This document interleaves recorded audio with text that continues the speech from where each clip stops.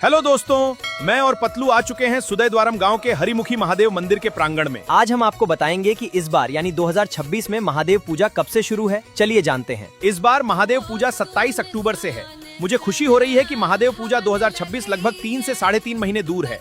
आज कुछ महत्वपूर्ण दिनों की जानकारी साझा करता हूँ। प्रथम दिन कलश स्थापना और सिमरिया से कांवर यात्रा।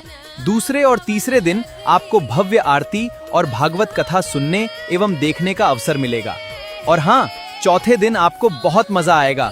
चौथे दिन कमलाकात से भव्य एवं विशाल पैदल कांवर यात्रा, जिसमें 500 से 600 कांवरियां कमलाकात से जल लेकर हरि गांव के महादेव और बाबा माधवेश्वर नाथ महादेव को जल चढ़ाते हुए बाबा हरिमुखी महादेव को जलाभिषेक करेंगे। 5वें दिन दंड प्रणाम एवं विसर्जन। दंड प्रणाम सुबह 8 बजे होगा, जिसमें भक्तजन हरिमुखी महादेव मंदिर से माधवेश्वर नाथ तक दंड प्रणाम देंगे। और भव्य महाविसर्जन रात्रि के समय होता है।